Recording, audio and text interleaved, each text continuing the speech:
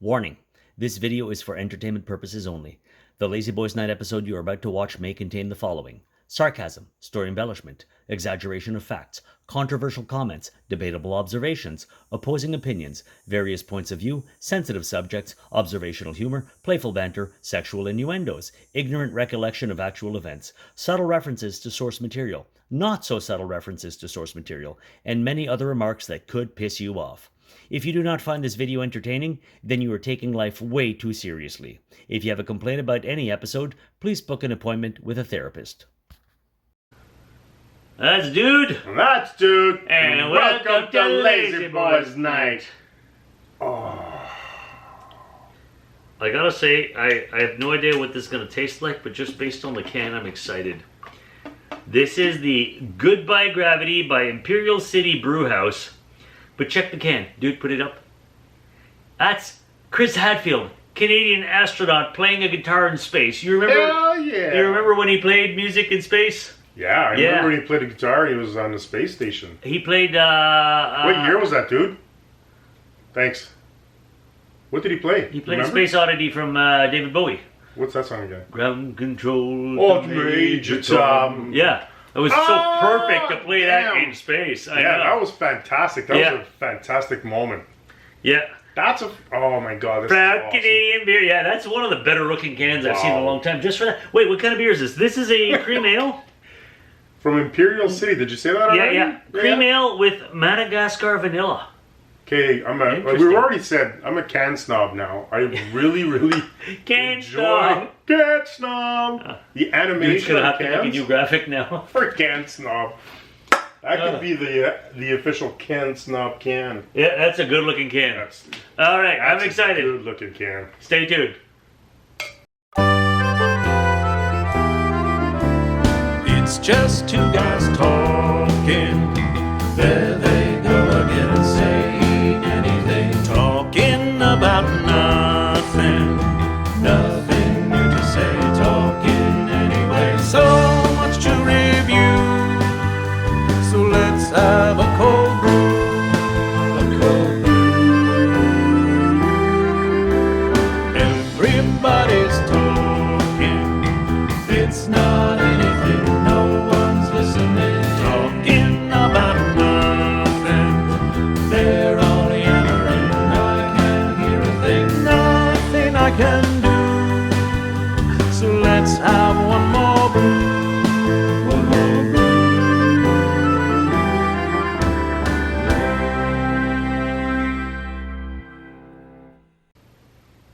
Do we say cheers?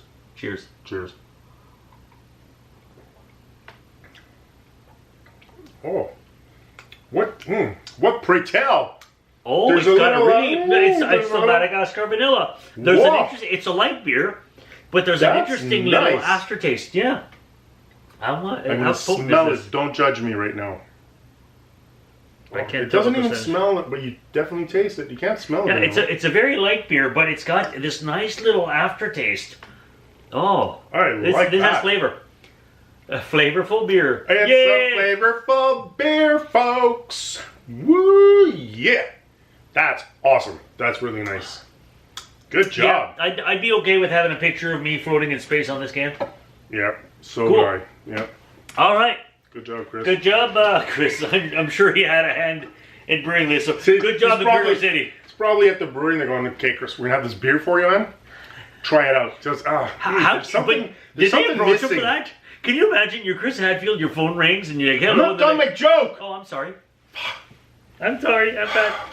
Go. Please continue. My diatribe is going to be about listening. Are we doing a diatribe? I know, but it's going to be one. Okay. Sorry. No. So, imagine, if you will, if you can just shush, that you're having Chris there in the brewery, and he's trying this beer for the first time. Goes, this is going to be for your namesake, right? This is going to be your beer. We're going to have animation. It's going to be cool. This is the poster. And he's going, that looks awesome. I love the fact, I'm in space with the guitar and everything. And he tries it and goes, there's something missing. And he went, what? What do you think that's missing, Chris? I'm not sure. Madagascar vanilla. Madagascar vanilla. You going, what? Of course. What? Don't you add that on everything you make? Every time I was in space and I was looking down and we go by Africa and see Madagascar and I go, Madagascar vanilla. That's what everything needs. A little touch of Madagascar vanilla. I agree. Cheers. All right. So what are we doing tonight? That was a lovely story, by the way. Thanks. Crappy bowl? Sure, why not? Crappy bowl of mystery! It's my turn to pick. Wait for it. Oh, I'm excited. Oh, come on, dude. You're not in space. Alright. Did you put that on there? What it says? Time well wasted? Time well wasted. Thanks, dude. Thanks, man. Alright, I'm just going to grab one here. There we go. So apparently we're time well wasted, folks. Alright. You like that? Is it true? Oh, this Oh. could be interesting. This could be fun. You hit it from me It as I says, leaned into. tell us your best, worst groaner joke. Groaner joke. Yeah, you know jokes you hear, they last a super long time, and when you finally hit the punchline, you go, ah! That's a groaner joke. Tell us your best, worst groaner joke.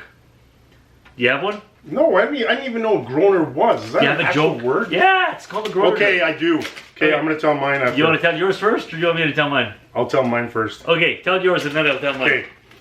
So, Alright. we're in the Alps.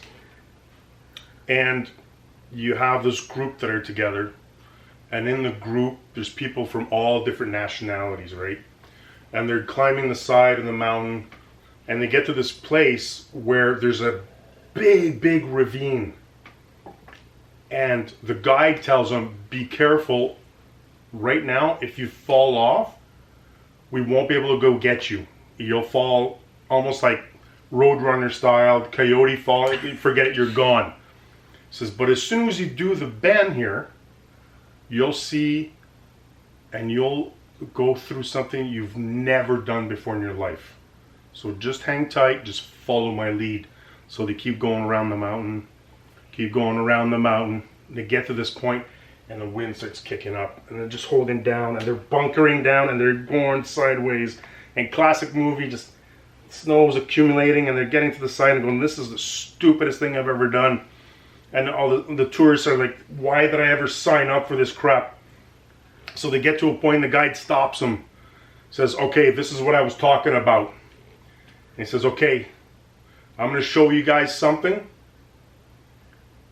And you probably won't believe me, but just pay attention. So the guy goes like this and just runs off the side and is going like this, and then he just comes right back up. Like the wind blew up? And he lands back where he was. And all the tourists are going, what? Goes the wind, just the way we're placed between the mountains, the way the wind pushes back up, you can't fall.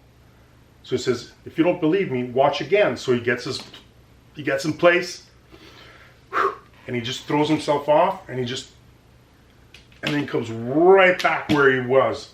And they're going, whoa, that's amazing. He says, who wants to go first? So they're like, me. He says, no. I want him to go first. And then everybody's like, why him? And he's like, all day he's been asking me questions non-stop. He's wanting us to stop for water. He's telling us how tired he is. And he's just been non-stop complaining. I want to make sure that he's the first one to understand why we went through all of this. Why he got on my nerves for the last 4 hours. I want him to be able to live this experience first so he understands why he paid so much for this trip. So the guy's like, I ain't doing that. He says, come and try. He says, watch. So the guy jumps again. He says, just let yourself go.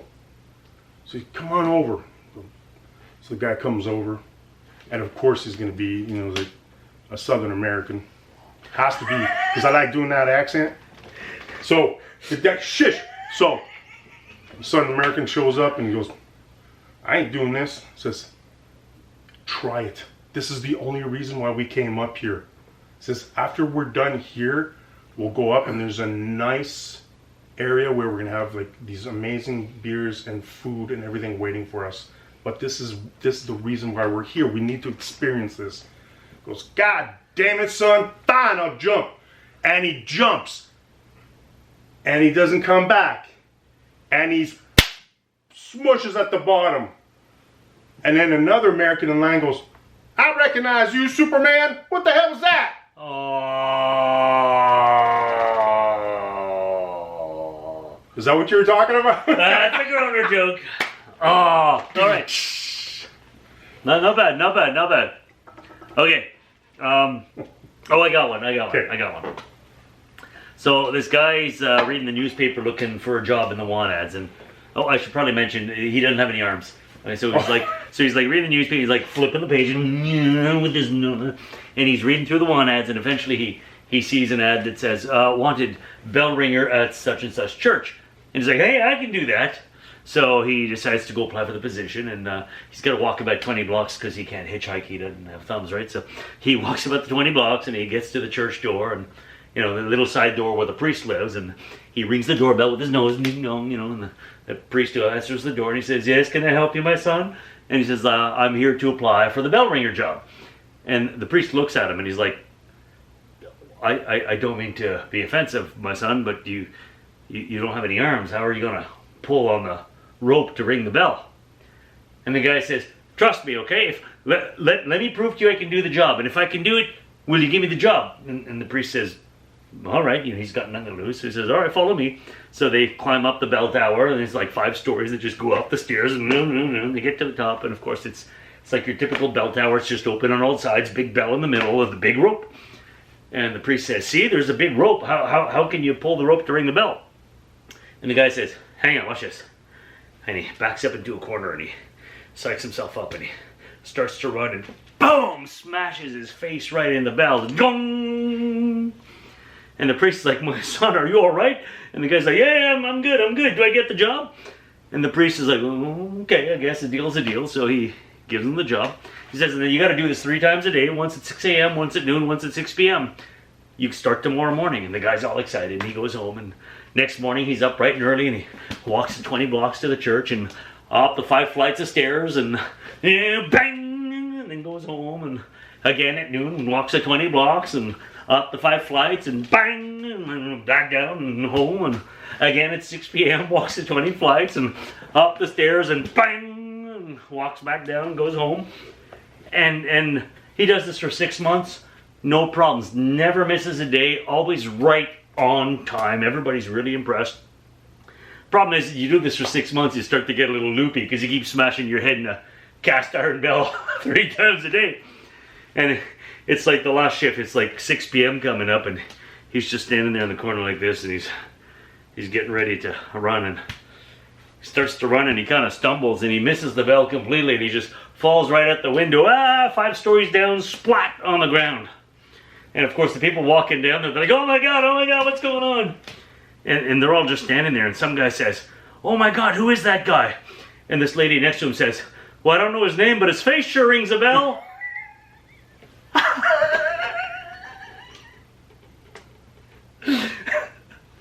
I'd like to take credit for that joke, but that's actually from Pee-wee Herman. Oh, Paul really? Rubens, yeah. No way. Oh my god. Is that part of his stand-up bit? When he was doing stand-up to me? Yeah, this is back in, like, I'm guessing the late 80s. Maybe mid-80s. I don't know. That one always stuck with me. I thought that was hilarious. Anyways, whoever asked that question, it wasn't signed. Hope you enjoyed those laughs.